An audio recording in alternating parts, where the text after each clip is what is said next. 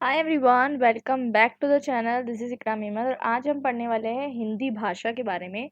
आपका ability enhancement course जो है वो आज हम डिस्कस करने वाले हैं। हम जल्द से जल्द को कोशिश करेंगे कि ये फिनिश हो जाए। देखिए, एबिलिटी इन्हांसमेंट कोर्स में आपके पास जो है 3 तरीके के कोर्सेज है, डिपेंडिंग अपॉन कि आपने कब तक की हिंदी पढ़ी है। तो हिंदी ख और हिंदी मतलब हिंदी क है, हिंदी ख है और हिंदी ग है आई थिंक। तो 3 तरीके की हिंदी है आपके पास, तो हम देख लेते हैं। हाँ, तो हम जो है हिंदी डिस्कस करने वाले हैं, वो होने वाली है हमारी हिंदी ख। ठीक है, मैं आपको ये हिंदी कवर करवाने वाली हूँ। अगर आप हिंदी ख के स्टूडेंट हैं तो आप बने रह सकते हैं मेरे चैनल के साथ, और हम सारे वीडियो उसमें जो है डिस्कस कर लेंगे अबाउट हिंदी, और इसके अंदर आने वाला सारा सिलेबस और सारा मटेरियल हम डिस्कस कर लेंगे। कोई भी प्रॉब्लम नहीं होगी आपको। तो यहाँ पर आप देख सकते हैं इसके अंदर 2 क्रेडिट्स है। इसका नाम है हिंदी औपचारिक लेखन। 2 क्रेडिट्स की है। अगर आपने 10th क्लास तक की हिंदी पढ़ी है तो आपको ये वाली हिंदी जो है पढ़नी होगी। ठीक है, अब इसके बाद शुरुआत करते हैं। इसका पर्टिकुलरली आपका ऑब्जेक्टिव आपको पढ़ाने के लिए ये है ताकि आप कार्यलाई और व्यावसायिक हिंदी के बारे में आप समझें। कार्यलाई मतलब ऑफिशियल हिंदी, व्यावसायिक मतलब आपको पता है बिजनेस लैंग्वेज। तो वहाँ पर आपको हिंदी किस तरीके से यूज़ होगी वो हम समझने वाले हैं। उसके अलावा मार्केट सर्वेक्षण हेतु प्रश्नावली का निर्माण करना, क्वेश्चन आया जब आप निर्माण करते हो वो सब चीज़ें भी आप करना सीखोगे। टिप्पण, प्रारूपण, प्रतिवेदन, विज्ञप्ति तैयार करना भी आप सीखोगे। ठीक है, तो ये सब हमें सीखना है इसमें। इसमें आपको 2 चैप्टर्स जो है डिवाइडेड है और कुछ बुक्स दी हुई है। 2 क्रेडिट का कोर्स है, आपको इतना टाइम नहीं है कि आप ये 5 बुक्स रेफर करो। तो ऑफ कोर्स सी बात है, हम इसको फिनिश करने की कोशिश करेंगे in the very short manner. तो हम बात करते हैं कि अब इसके अंदर 2 चैप्टर्स है। एक है इकाई 1, लेखन लेखन दक्षता का विकास, और दूसरा है हमारा औपचारिक लेखन के प्रकार। तो हम शुरुआत करेंगे लेखन दक्षता का विकास से। इसमें हमारे कुछ डिस्कशंस के पॉइंट रहेंगे, जैसे कि कार्यलय हिंदी, व्यावसायिक हिंदी, टिप्पण और प्रारूपण, और प्रतिवेदन और विज्ञप्ति का महत्व। चारों चीज़ें हम डिस्कस करेंगे और उसके बाद फिर हम औपचारिक लेखन पर जाएंगे। ज़्यादा डिफिकल्ट नहीं है, हम जल्द से जल्द इसको फिनिश कर देंगे। आज की क्लास में हम समझने वाले हैं कार्यलय हिंदी के बारे में। तो शुरुआत करते हैं। तो देखिए, जहाँ से भी मैं आपको कार्यलाई हिंदी समझाऊंगी वो सारे पीडीएफ्स मैं आपको प्रोवाइड कर दूंगी, आप उसका टेंशन मत लीजिए। टेलीग्राम ग्रुप पे आपको सारे पीडीएफ्स मिल जाएंगे। टेलीग्राम ग्रुप की लिंक आपको डिस्क्रिप्शन बॉक्स में मिल जाएगी। शुरुआत करते हैं कार्यलाई हिंदी के स्वरूप जानने से।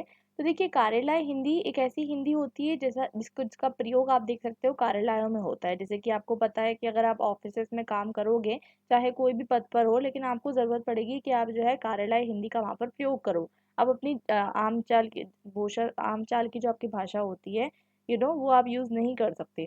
ठीक है, और आप अगर दूसरे शब्दों में कार्यालय हिंदी को बताने की कोशिश करोगे तो वो हिंदी है जिसका प्रयोग वाणिज्यिक, पत्राचार, प्रशासन, व्यापार, चिकित्सा, योग, संगीत, विज्ञान तथा प्रौद्योगिकी आदि क्षेत्रों में होता है। उसे कार्यालय या कामकाजी हिंदी कहते हैं। तो एक तरीके से अगर आपको प्रारूप और स्वरूप आया तो आप इस तरीके से लिख सकते हो। इसकी डेफिनेशन आपको याद तो करनी पड़ेगी।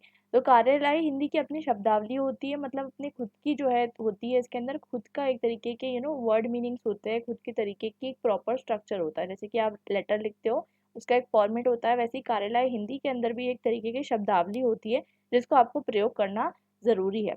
अब हम देखेंगे कि जिसका प्रयोग कार्यालय के कर्मचारी और प्रशासक नित्य प्रतिदिन अपने सरकारी कामकाजों में करते हैं। तो आवश्यक नॉर्मल सी बात है कि देखिए, अगर आपको जो है हिंदी का प्रयोग करना है कामकाजी हिंदी में, तो आप जो है आम भाषा का प्रयोग नहीं करते हुए आप प्रयोग करते हो ऐसी भाषा का जो कि ऑफिशियल हो, तो उसे हम कहते हैं कार्यलाई भाषा। अब हम समझेंगे हिंदी भाषा क्या होती है। तो हिंदी भाषा हमें बहुत अच्छे से पता है हिंदी भाषा क्या होती है, इसमें कोई बड़ी बात नहीं है। ठीक है, हिंदी भाषा का ही एक प्रकार है कार्यलाई भाषा। ठीक है, और क्योंकि हिंदी भाषा के अंदर हम हमारी जो सादी भाषा होती है, जो हम बोलचाल में यूज़ करते हैं, वो भाषा भी आती है। कार्यलाई हिंदी जो है उससे हटकर होती है। ठीक है, अब हम देखेंगे कि पूरे भारत में जो है हिंदी कही कही जाती है। ठीक है, हिंदी जो है संपूर्ण भारत में कही जाती है, लेकिन इसके बावजूद हम देख सकते हैं कि हर जगह जो है अलग अलग तरीके के लोग पाए जाते हैं। ठीक है, अलग अलग तरीके के कुछ जो होते हैं उच्च कैटेगरी के, कुछ मध्य, कुछ निम्न, कुछ शिक्षित, कुछ अर्ध शिक्षित, कुछ अशिक्षित, सब तरह के लोग पाए जाते हैं। और ये सब तरह के लोग अलग अलग तरीके से हिंदी भाषा का प्रयोग करते हैं। ठीक है, और आज जो हम प्रशासनिक हिंदी की जिसके बारे में हम बात करते हैं, वो हम इसलिए बात करते हैं क्योंकि इसके अंदर बहुत सारे जो है आपको कठिनाई आने वाली है अगर आप इसके बारे में समझेंगे, क्योंकि ये प्रशासन के क्षेत्र में इस्तेमाल की जाती है।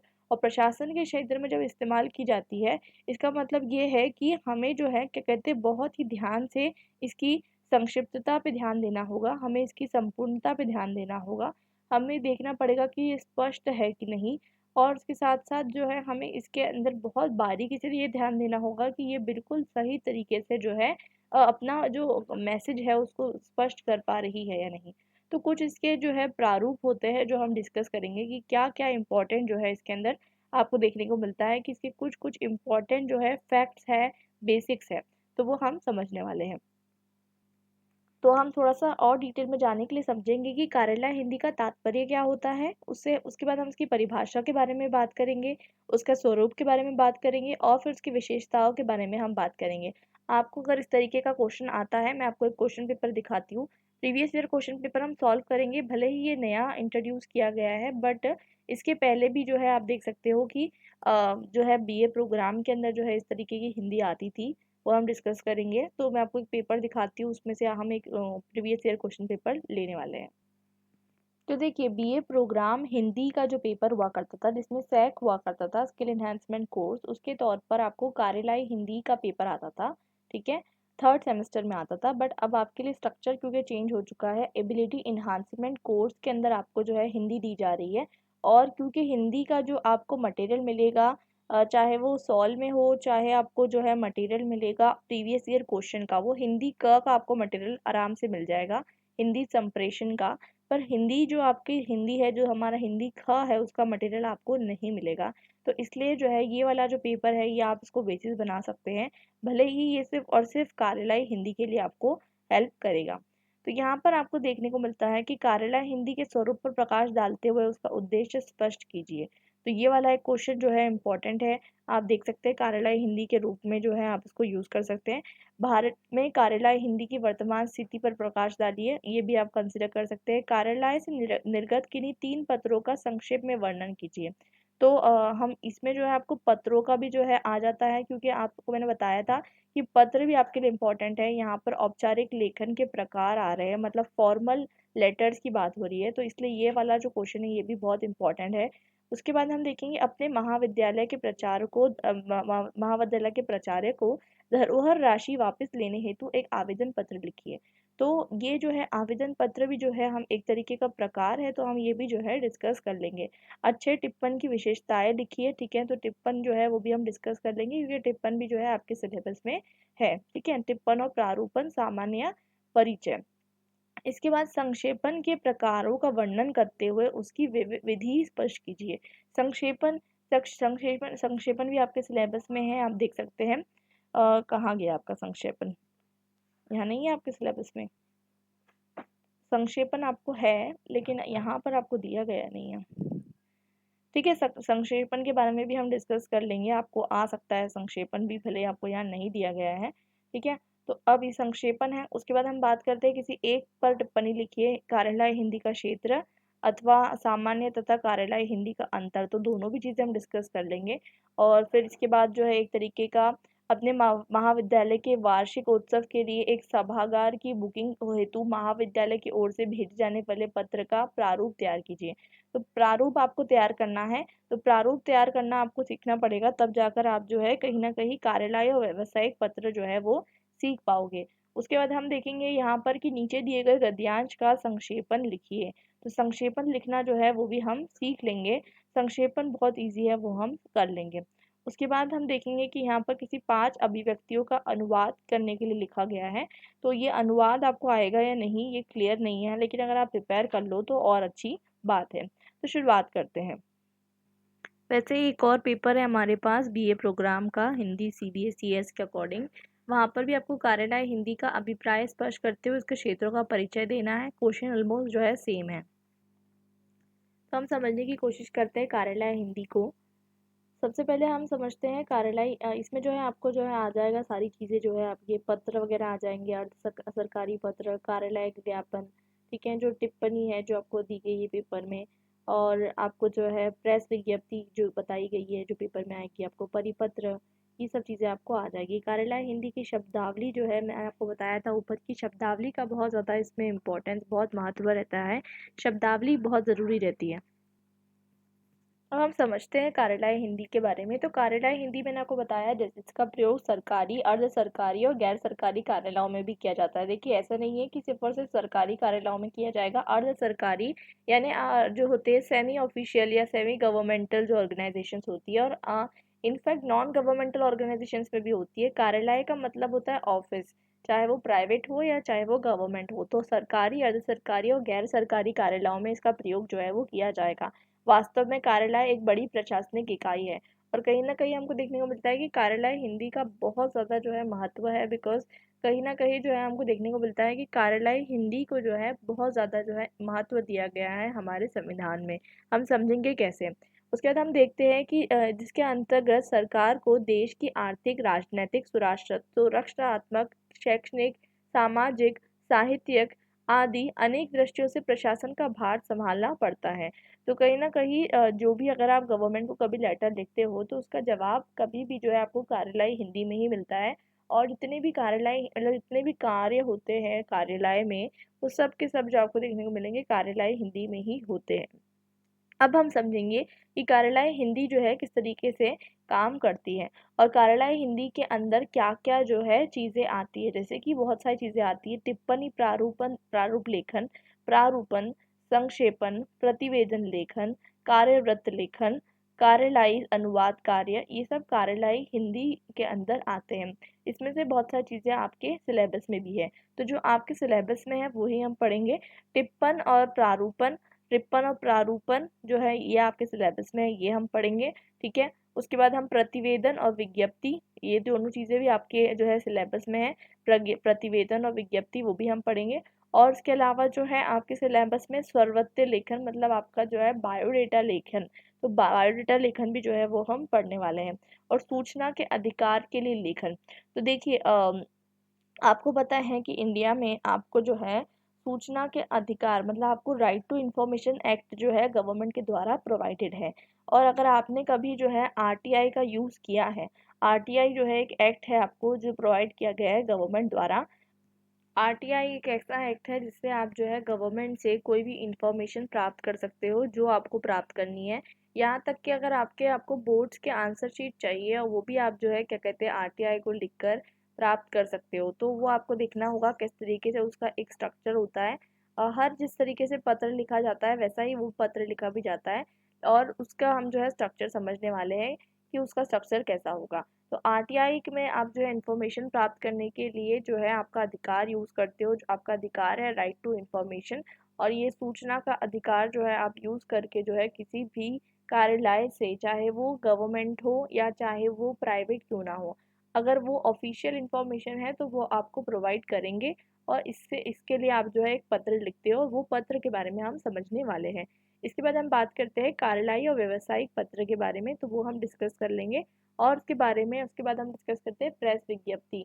तो देखिए जब भी आपको कोई भी तरीके का अनाउंसमेंट करना होता है, तो जैसे कि अगर आपको ये अनाउंसमेंट करना है कि अब मेरा कोई नया जो है व्यवसाय खुल रहा है, और उसके संदर्भ में आपको ये लिखना है कि आपने जो है इनॉग्रेशन रखा है, और आप जो है लोगों को जो है इनवाइट कर रहे हो, तो आपने पेपर में जो है प्रेस विज्ञप्ति डाल दी। ठीक है।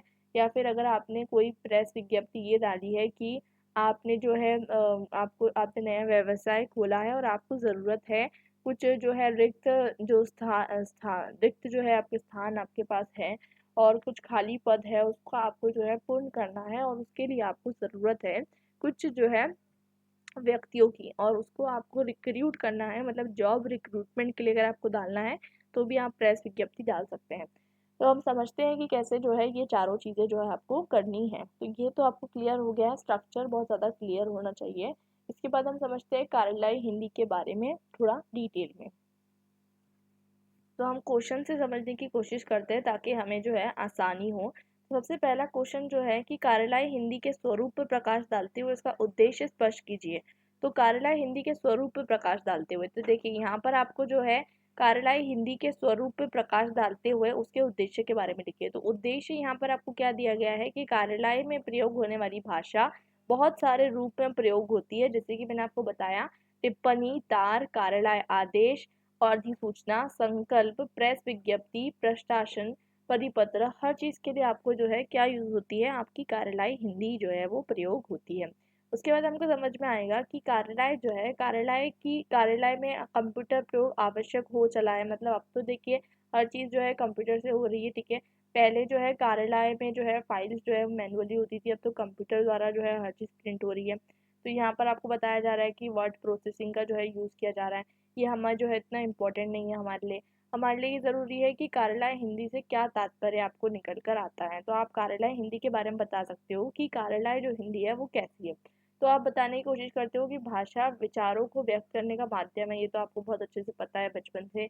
उसके बाद आप देख सकते हो कि ये जो है भाषा, जब आप इसको जो यूज़ करते हो भाषा को, तो आप अलग अलग तरीके से अलग अलग शब्दों से जो है आप अपनी भाषा को व्यक्त कर सकते हो। पर अगर आप कार्यालय हिंदी का प्रयोग करते हो तब आपको एक जो है पर्टिकुलर शब्दावली, यानी एक जो है आपको संक्षेप शब्दावली का जो है प्रयोग करना पड़ता है, और इसे ही जो है हम कार्यालय हिंदी कहते हैं, ठीक है। तो हम देखते हैं कि प्रशासनिक और कार्यालय हिंदी में विभिन्न सरकारी और अर्ध सरकारी कार्यालयों में प्रशासनिक प्रयोजनों के लिए प्रयुक्त भाषा आती है। मतलब कि आपको देखने को मिलता है कि कार्यालय हिंदी आपको हर जगह जो है प्रयुक्त दिखेगी, क्योंकि हर जगह का जो प्रशासनिक कार्य है वो जो है कार्यालय हिंदी में ही आपको देखने को मिलता है। हमको समझ में आता है कि आप देखिए, सबसे इम्पोर्टेंट चीज़ मैंने आपको बताया था कि इंडिया के कॉन्स्टिट्यूशन में, इंडिया के संविधान में कार्यालय हिंदी को जो है राजभाषा का जो है पद मिला है। तो देखिए आपको पता चलता है कि भारत का जो संविधान है, तो भारत के संविधान के भाग 17 में आपको देखने को मिलता है, पर प्रथम अध्याय में आपको ये देखने को मिलता है। आपको ये अनुच्छेद जो है वो याद होना चाहिए। तो अनुच्छेद 343 के भाग नंबर 1 में आपको पता चलता है कि अंग्रेजी पद ऑफिशियल लैंग्वेज का जो है यूज़ किया गया है, और ऑफिशियल लैंग्वेज जो है उसको जो है हिंदी में किस तरीके से ट्रांसलेट किया गया है। हिंदी में जो है इसका प्रारूप जो आता है वो आता है राजभाषा के रूप में। और देखिए आपको पता है इंडिया की कोई नेशनल लैंग्वेज नहीं है, ठीक है। ये बात आप हमेशा याद रखना। हिंदी भी इंडिया की नेशनल भाषा नहीं है, ठीक है। बट इसके अलावा इंडिया में कुछ ऑफिशियली रिकॉग्नाइज लैंग्वेजेस हैं, और उसी के तहत जो है हिंदी भी जो है एक ऑफिशियल लैंग्वेज मानी जाती है इंडिया की। और इसलिए जो है हिंदी को स्पेशल एम्फोसाइज दिया गया है। तो इसलिए जो है हमारे को इंग्लिश समझ में आता है कि जो ऑफिशियल लैंग्वेज जो है यूनियन की वो रहेगी हिंदी, वो भी देवनागरी स्क्रिप्ट में, ठीक है। तो यहाँ पर जो ऑफिशियल लैंग्वेज का जो यूज़ किया गया है उसी को हम हिंदी में क्या कहेंगे, राजभाषा कहेंगे। तो अगर आपको क्वेश्चन आता है कि अगर कार्यलाई भाषा का संविधान में क्या जो है आपको बताया जा रहा है, कि अगर क्या आपसे पूछा जाएगा कि कार्यलाई हिंदी का क्या जो है महत्व है संविधान में, ठीक है। तो अगर आपको इस तरीके का क्वेश्चन आता है तो आप जो है इस चीज़ की व्याख्या यहाँ पर कर सकते हैं। उसके बाद हम देखते हैं कि जिस राजभाषा को जो है भारत के संविधान में बताया गया है, अगर हम उसको पता करें तो उसका जो है हम देखेंगे कि ऑफिशियल लैंग्वेज जो है ट्रांसलेशन निकल कर आता है। राजभाषा से आपको लग सकता है कि ये भाषा जो है नेशनल लैंग्वेज है, पर नेशनल लैंग्वेज नहीं है। हिंदी हमारी जो है एक ऑफिशियल लैंग्वेज है, और बहुत सारे जो है आप देखोगे स्टेट्स में हिंदी का जो है प्रयोग किया जाता है कार्यालय हिंदी के तौर पे। साथ ही जो है वहाँ की जो रीजनल भाषा है उसको भी महत्व दी जाती है, ठीक है। और दोनों भी अगर हम देखा जाए दोनों भी भाषाओं में अंग्रेज़ी भी हर जगह यूज़ होती है ऑफिशियल कार्यों में, और हिंदी का भी जो है प्रयोग किया जाता है। अब हम समझते हैं कि जितने भी कार्य होते हैं हम उसको अगर 3 भागों में बाँट सकते हैं। एक होता है केंद्र सरकार के, ऑफ कोर्स सी बात है, सेंट्रल गवर्नमेंट। दूसरा है राज्य सरकार के, स्टेट गवर्नमेंट। और थर्ड है स्थानीय सरकार, यानी कि आपकी रीजनल गवर्नमेंट। तो संविधान में अलग-अलग तरीके से जो है ये बाँटा गया है। वैसे ही आपको पता है कि अलग-अलग विषय जो है अलग-अलग विषय पर जो है अलग-अलग जो है गवर्नमेंट जो है लॉज बना सकती है। जैसे कि सेंट्रल लिस्ट आपको दी गई है जो कि सूची नंबर 1 है, वैसे ही सूची नंबर 2 स्टेट लिस्ट है। और इसमें आपको बताया गया है कि दो जो स्टेट है वो कानून बना सकता है। उसके बाद जो थर्ड लिस्ट है जिसको हम सूची नंबर 3 कहते हैं, ये कॉन्करेंट लिस्ट है, और इसमें दोनों भी यानी राज्य भी और साथ साथ जो है सेंट्रल गवर्नमेंट भी इस पर जो है कानून जो है वो बना सकती है। अब हम बात करते हैं कि कार्यालय हिंदी की भाषा परिभाषा क्या होती है। परिभाषा यानी डेफिनेशन। तो अलग अलग जो है राइटर्स ने, स्कॉलर्स ने अलग अलग जो है कार्यलाई हिंदी की परिभाषा जो है व्यक्त की है, वो हम समझने की कोशिश करते हैं। तो श्री ठाकुरदास का कथन कुछ इस प्रकार है कि प्रयुक्ति के आवश्यक तत्वों के रूप में हमने तकनीकी तथा वैज्ञानिक शब्दावली, विशिष्ट शाब्दिक अन्विति तथा भाषा संरचना की बात कही है। इनके आधार पर यदि कार्यलाई हिंदी का एक विशिष्ट रूप प्रयुक्ति के रूप में विकसित हो गया है, साधारण शब्दों में समझा जाए तो वो कहने की बात करते हैं कि हमने जो है एक तरीके की शब्दावली तैयार कर ली है, ठीक है। हमें जिस तरीके से जो है ज़रूरत पड़ रही थी, जिस तरीके से हमें आवश्यकता हो रही थी, उस तरीके से हमने जो है एक तकनीकी और वैज्ञानिक शब्दावली का जो है निर्माण कर लिया है। और यही तकनीकी और वैज्ञानिक शब्दावली का जो है प्रयोग किया जाता है कार्यलाई हिंदी में, ठीक है। तो एक तरीके से कार्यलाई हिंदी हम कह सकते हैं कि एक विशिष्ट रूप है जिसमें जो है एक तरीके की तकनीकी तथा वैज्ञानिक शब्दावली का प्रयोग होता है। आपको ज़रूरी नहीं है कि आप ऐसे की ऐसी ही जो है डेफिनेशन लिखो, आप खुद की डेफिनेशन भी लिख सकते हो। उसके बाद हम बात करते हैं डॉक्टर पंडित आडाल के अनुसार क्या है कार्यलाई हिंदी की परिभाषा। तो कार्यलाई हिंदी की परिभाषा कुछ इस प्रकार है कि प्रशासनिक और कार्यलाई हिंदी में विभिन्न सरकारी और अर्ध सरकारी कार्यालयों में प्रशासनिक प्रयोजनों के लिए प्रयुक्त भाषा आती है, ठीक है। मतलब उनका कहने का मतलब वही है कि जैसे कि हम पहले डिस्कस कर चुके हैं इस बारे में कि जितने भी सरकारी और अर्ध सरकारी काम है वहाँ पर आपको जो है कार्यलाई हिंदी का प्रयोग दिखेगा, ठीक है। चाहे वो गवर्नमेंटल हो, सेमी गवर्नमेंटल ऑर्गेनाइजेशन हो या फिर नॉन गवर्नमेंटल ऑर्गेनाइजेशन हो, किसी भी संगठन के प्रशासनिक क्षेत्र का स्वरूप ही उसकी प्रशासनिक प्रणाली में प्रयुक्त पत्राचार का रूप और उसकी भाषा का रूप आदि निर्धारित करता है। तो मतलब उस पर्टिकुलर जो भी ऑर्गेनाइजेशन में, जिस भी प्रशासन में जो भी तरीके की भाषा यूज हो रही है, वही डिसाइड करेगा कि उस जगह की कार्यालयी हिंदी किस तरह से होगी। सरकारी या अर्ध सरकारी कार्यालयों में विभिन्न प्रयोजनों के लिए की जाने वाली पत्र व्यवहार में पत्र, कार्यालय ज्ञापन, अर्ध सरकारी पत्र, कार्यालय आदेश, अधिसूचना, संकल्प, प्रेस विज्ञप्ति आदि तथा सम्मिलित है। जैसे कि हम पहले ही डिस्कस कर चुके हैं कि कार्यालय हिंदी के अंदर सिर्फ और सिर्फ जो है पत्र नहीं आते, बल्कि प्रारूपण, विज्ञप्ति, प्रथाष्टन, अधिसूचना, हर तरीके के जो है कार्यालय आते हैं, ठीक है। हर तरह के जो है आपको जो है पत्र और हर तरीके के कार्यालय में जितने भी प्रयोग होने वाले चीज़ें हैं वो सब आपको देखने को मिलती हैं। और आपको अगर इम्पोर्टेंस पूछी जाए, हम ऑलरेडी डिस्कस कर चुके हैं कि जो ऑफिशियल लैंग्वेज रहेगी ऑफ द यूनियन, मतलब इंडिया की ऑफिशियल लैंग्वेज जो है वो हिंदी है इन देवनागरी स्क्रिप्ट। उसके बाद हमको देखने को मिलता है कि डॉक्टर श्याम सुंदर दास द्वारा संपादित कोश हिंदी शब्द सागर में वे भाषा जो सरकारी कामकाज तथा न्यायालयों के लिए स्वीकृत हो उसे हम राष्ट्र भाषा कहते हैं। तो मतलब ये है कि ऐसी भाषा जो हम सरकारी कामकाज में प्रयोग करते हैं और उसी को हम क्या कहते हैं, राष्ट्र भाषा कहते हैं। अब बात करते हैं कार्यालय हिंदी के स्वरूप के बारे में। तो प्रयोजन मूलक हिंदी की एक विशेष प्रयुक्ति कार्यालय हिंदी है। तो जब हम जहाँ प्रयोग करते हैं, जिस तरीके से हम प्रयोग करते हैं उसी तरीके से हमारी कार्यालय हिंदी जो है वो विकसित होते चली जाती है। देखिए, कार्यालय हिंदी को जब हम समझने की कोशिश करेंगे तो कार्यालय हिंदी को जो है हम प्रशासनिक हिंदी भी कह सकते हैं, क्योंकि ये प्रशासन के कार्यों में जो है इस्तेमाल होती है। और इसके अलावा हम इसको राजभाषा भी कह सकते हैं, क्योंकि ये जो है हमारे संविधान में ये लिखा हुआ है कि ये जो है राजभाषा के रूप में जो है प्रयोग की जाएगी। उसके अलावा हम ये समझते हैं कि ये जो भाषा है इसके बहुत ज़्यादा जो है कहीं ना कहीं विशेषताएं हैं, ठीक है। और ये विशेषताएं हमें जो है समझने की ज़रूरत है, ताकि जब हम ये भाषा का प्रयोग करें तब हम वो विशेषताओं को उनमें जो है डाल सकें। अब अगर हम भाषा का रूप की बात करें, जब कार्यलाई हिंदी के बारे में हम बात करते हैं तो अक्सर जो है कार्यलाई हिंदी में, जैसे कि आपने पढ़ा होगा कि कर्तावाच्य होता है वैसे ही कर्मवाच्य होता है। तो कार्यलाई हिंदी में हम अक्सर जो है अधिकांश हम किस चीज़ का प्रयोग करते हैं, हम कर्मवाच्य का इस्तेमाल करते हैं। कर्मवाच्य का इस्तेमाल करने की मतलब ये होता है कि आप जिस क्रिया का इस्तेमाल कर रहे हो वो जो क्रिया रहेगी वो कर्म पे डिपेंड करेगी, ना कि कर्ता पे। इसका मतलब ये है कि जैसे कि अगर आपको कोई पत्र जो है भेजा गया तो ऐसा लिखा जाता है कि पत्र जो है संलग्नित कर दिया गया है। उसके अलावा ऐसा बताया जाता है कि प्रस्थांतरित जो है कर दिया गया है, दिए जा रहे हैं, स्वीकृति दी जा सकती है, स्थगित कर दिया गया है। मतलब ये नहीं बताया जाता कि मैंने कर दिया है। कर्ता पे जो है इम्फसाइज नहीं होता है, जो कर्म होता है उस पे इम्फसाइज किया जाता है। जैसे अगर आप भी किसी को पत्र लिखोगे तो आप ये कहोगे कि ये सूचना मुझे जल्द से जल्द जो है मुझे जल्द से जल्द पहुंचाई जाए।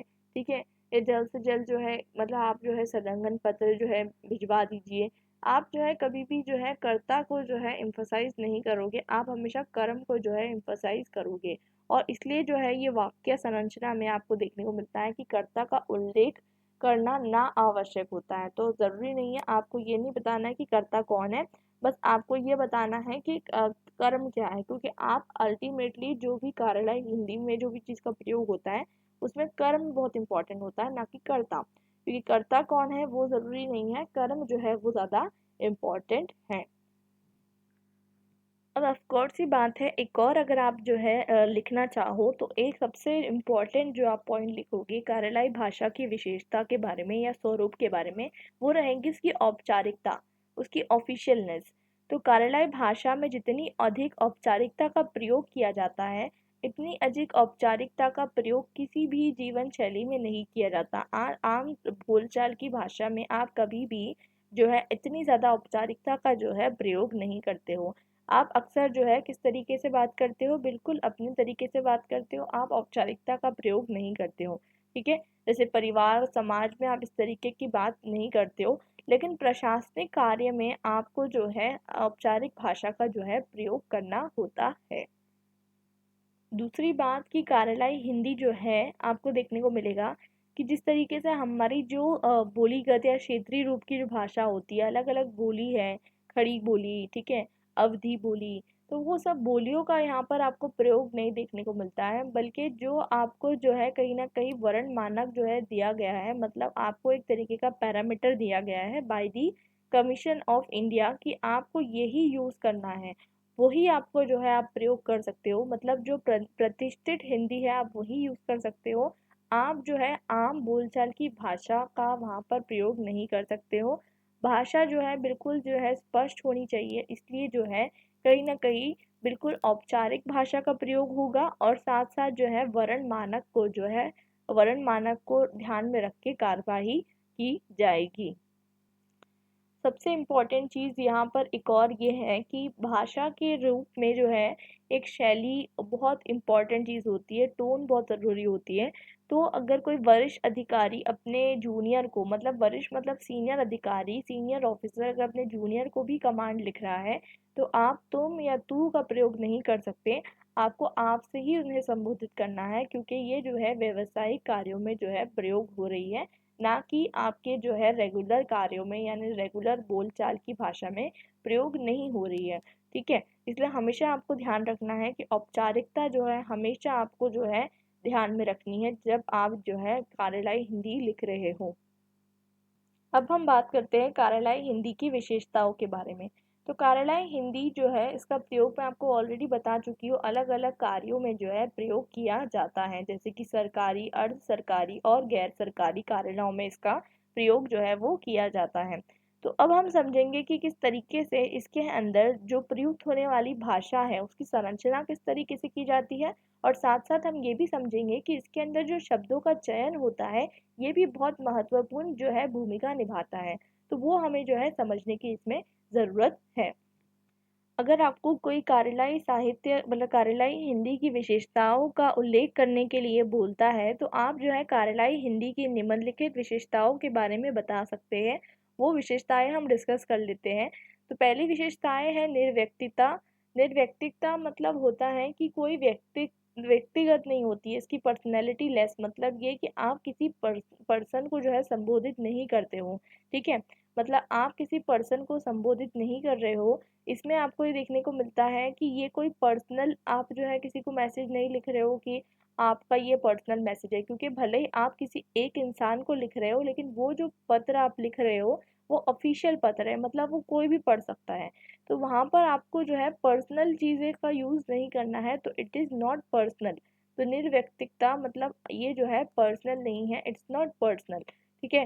तो जो भी कार्यालय है वहाँ पर जो भी कार्यालय है उसमें जो भी कार्य आपको करना है, उसके लिए आपको जो है क्या करना है, अधिकार स्पष्ट करना है। आपको वहाँ पर अपना जो है व्यक्तित्व जो है नहीं दर्शाना है, आपको जो है वहाँ पर अधिकार स्पष्ट करना है।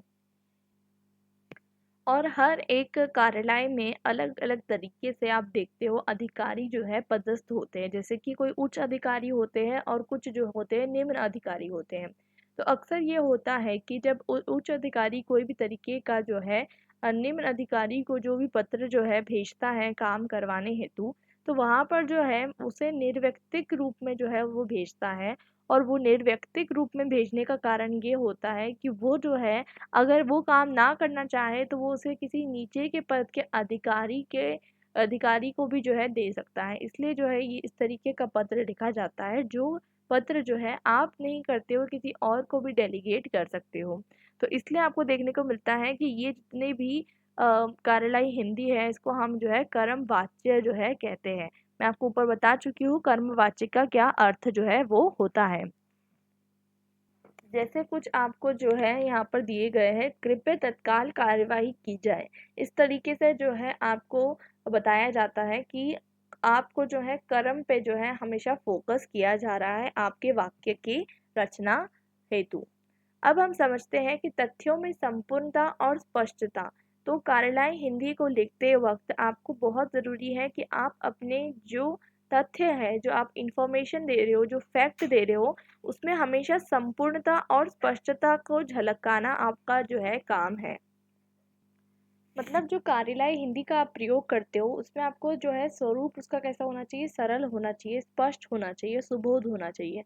इसका अर्थ है कि आपको जो है भाषा में हमेशा स्पष्टता का प्रयोग करना है। ऐसा नहीं है कि आप जो है कविता लिखोगे और सोचोगे कि सामने वाला जो है समझ जाएगा, क्योंकि ये कार्यालय हिंदी है।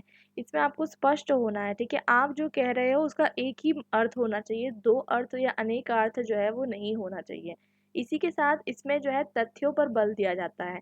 तथ्यों पर बल दिया जाता है यानी फैक्ट्स एंड फिगर्स पे जो है कहीं न कहीं एम्फसाइज़ किया जाता है। और इसलिए आपको ज़रूरी है कि तथ्य पर आप जो है पूरी तरीके से स्पष्ट हो। और अगर आप किसी भी तरीके का संदेह छोड़ देते हो, तो संदेह छोड़ने के बाद जो है ये नहीं समझा जाएगा कि आपने बहुत अच्छा काम किया है। जैसे अक्सर जो है हम भाषा को जब प्रयोग करते हैं, जब हम गद्यांश और काव्यांश हम लिखते हैं, उसमें हम अक्सर जो है जो हमारा रीडर होता है उसके मन में जो है हम संदेह को छोड़ देते हैं और उसे हम भाषा का अलंकार कहते हैं, यानी भाषा का जो है हम स्वरूप कहते हैं, या फिर हम भाषा की जो है ब्यूटी उसे कहते हैं। अलंकार का मतलब जो आपको पता है गहने होता है, तो हम वो कहते हैं। लेकिन ऐसा नहीं होता है जब कार्यालय हिंदी का प्रयोग होता है। कार्यालय हिंदी में आपको ज़रूरी है कि आप अलंकार का जो है वहाँ पर प्रयोग नहीं करोगे, आपको प्रयोग करना है स्पष्ट भाषा का। और अगर आपकी भाषा से जो है स्वरूप स्पष्ट जो है मतलब निकल कर नहीं आता, मतलब आपकी भाषा जो है दूषित है। क्योंकि आपकी भाषा जो है अगर आपने गलत तरीके से इस्तेमाल या प्रयोग की है, तो वो भाषा जो है बाधा बन सकती है आपके कार्यालय कार्यों में। तो इसलिए आपको ज़रूरी है कि आप कार्यालयी पत्रों में हमेशा जो है स्पष्ट बातों का जो है व्यक्तित्व करें। उसके बाद हम बात करते हैं कि कभी भी जब आप किसी भी तरीके का एक पत्र लिखते हो और उसके बाद जो आपको आप बोलते हो ना ईमेल में जिस तरीके से आप बोलते हो कि वापस आप री-लेटर लिख रहे हो, किसी एक लेटर को आपने पहले लिखा था और आप उसी के कंटिन्यूएशन में दूसरा लेटर लिख रहे हो, या फिर आप उसको कह सकते हो फॉलो अप रिमाइंडर आप लिख रहे हो। तो इसलिए आपको ज़रूरी होता है कि हर पत्र का पत्र क्रमांक जो है आप वहाँ पर जो है मेंशन करिए। यानी कि हर एक जो पत्र आपको जो है आप देते हो, उस पे लेटर हेड होता है। लेटर हेड होता है कंपनी का और लेटर हेड के नीचे पत्र क्रमांक होता है। पत्र क्रमांक की संख्या मतलब कुछ इस तरीके से होती है कि वो पत्र क्रमांक ये दर्शाता है कि आपने जो है वो पत्र कौन-सी तारीख को जो है दिया है, और साथ-साथ उसकी ये भी इम्पोर्टेंस है कि वो एक यूनिक पत्र क्रमांक होता है। वो पत्र क्रमांक जो है कहीं पर भी जो है रिपीट नहीं होता है। तो पत्र क्रमांक बहुत ज़्यादा जो है आवश्यक है। जब आप दूसरा पत्र लिख रहे हो किसी को संस्मरण करवाने के लिए, यानी आप किसी को याद दिलाने के लिए फ़ॉलो अप में कोई पत्र लिख रहे हो, तो आपको वही पत्र क्रमांक जो है वहाँ पर मेंशन करना है और अवश्य लिखना है। अथवा आपका जो संस्मरण है वो जो है अस्पष्ट और अधूरा रह जाएगा। तो बात करते हैं यथासंभव असंदिग्धता, मतलब आपको जो है किसी भी तरीके का डाउट नहीं रखना है जब आप भाषा को जो है प्रयोग कर रहे हो, क्योंकि कार्यालय में जो भाषा का प्रयोग होता है मैं आपको बता चुकी हूँ वो सामान्य बोलचाल की भाषा से बहुत भिन्न होता है। अगर आप कोई भी तरीके की संदिग्धता रखते हो, अस्पष्टता रखते हो, तो इस तरीके से जो है आपकी भाषा में जो है ये क्लिष्टता के रूप में जो है आएगा, और आपको जो भी तरीके का जो आपको मैसेज पहुंचाना रहेगा उसमें जो है ये एक तरीके से घातक जो है प्रूव हो सकता है। तो हमें समझना ये है, मैं आपको पहले ही समझा चुकी हूँ कि भाषा में जो भी आप चीज प्रयोग कर रहे हो उसका एक अर्थ होना चाहिए, द्विअर्थ नहीं होना चाहिए, ना ही अनेक अर्थ होना चाहिए। ठीक है, इससे भाषा में आपकी जो है गलती होने का प्रयोग हो सकता है। तो यथासंभव असंदिग्धता मतलब आपको किसी भी तरीके का डाउट जो है भाषा के अंदर आपको नहीं पता होना चाहिए। 3 तरीके से हम डिस्कस कर चुके हैं, एक बार मैं आपको रिकैप करवा देती हूँ।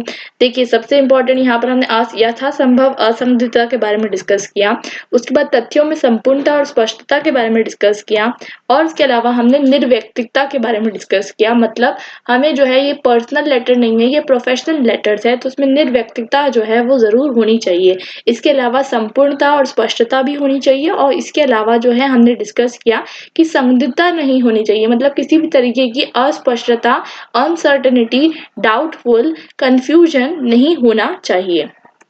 उसके बाद हम बात करते हैं वर्णनात्मकता की। तो कार्यालय हिंदी में महत्वपूर्ण बातों का वर्णन आवश्यक होता है। तो देखिए, आप जो चीज़ भाषा में जो प्रयोग कर रहे हो उसमें कुछ इम्पोर्टेंट पॉइंट्स इंक्लूड करना हमेशा ज़रूरी होता है। तो जब आप कार्यालय हिंदी में प्रयोग कर रहे हो तो कुछ आवश्यक तथ्यों का विवरण आपको देना ही चाहिए। तो वर्णनात्मकता कुछ इस तरीके से होती है कि आप जो भी तरीके के बाद किसी भी संबंधित विषय के बारे में आप बता रहे हो उसका आपको विवरण जो है करना है, और सारी सामग्री आपको जो है उसमें जो है डालनी है।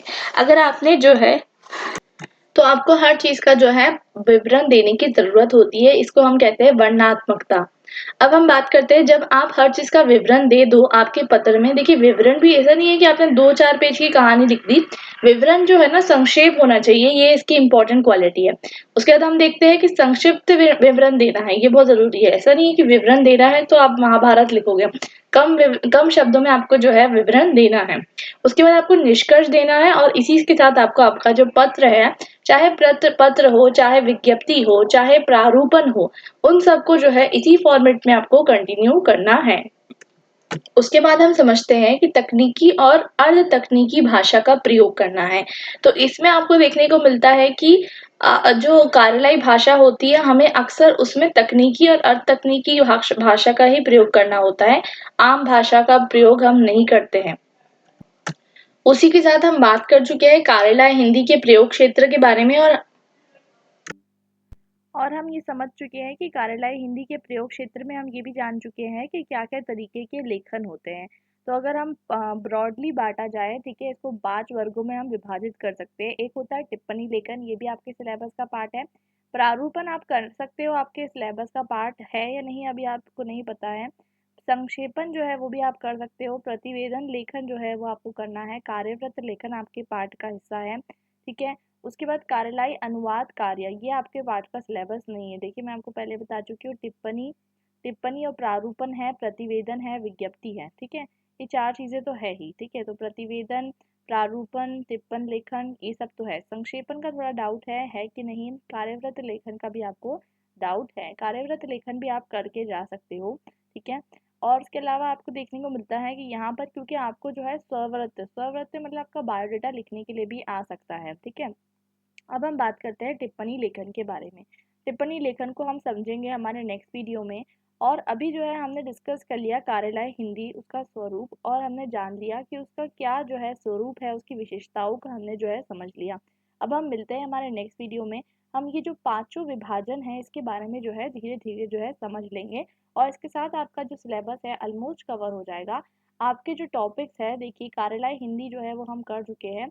अब व्यावसायिक हिंदी को हम समझ लेंगे, उसके बाद टिप्पण और प्रारूपण समझ लेंगे, प्रतिवेदन और विज्ञप्ति कर लेंगे, और फिर उसके बाद बायोडेटा यानी कि स्ववृत्त कर लेंगे। और फिर सूचना के अधिकार के लिए लेखन यानी एक तरीके का पत्र लेखन जो मैंने आपको समझाया था वो भी कर लेंगे, और दोनों भी तरीके के पत्र भी कर लेंगे। तो इसी के साथ हमारा ये जो है पूरा का पूरा कंप्लीट हो जाएगा। अगर आपको इस चैप्टर के नोट्स चाहिए तो वो मैं अपलोड कर दूंगी मेरे टेलीग्राम चैनल पे, आप ज्वाइन कर सकते हैं। लिंक जो है मैं डिस्क्रिप्शन बॉक्स में प्रोवाइड कर दूंगी। अब मिलते हैं हमारे नेक्स्ट वीडियो में, एक नई शुरुआत करते हैं। Till then bye and happy learning.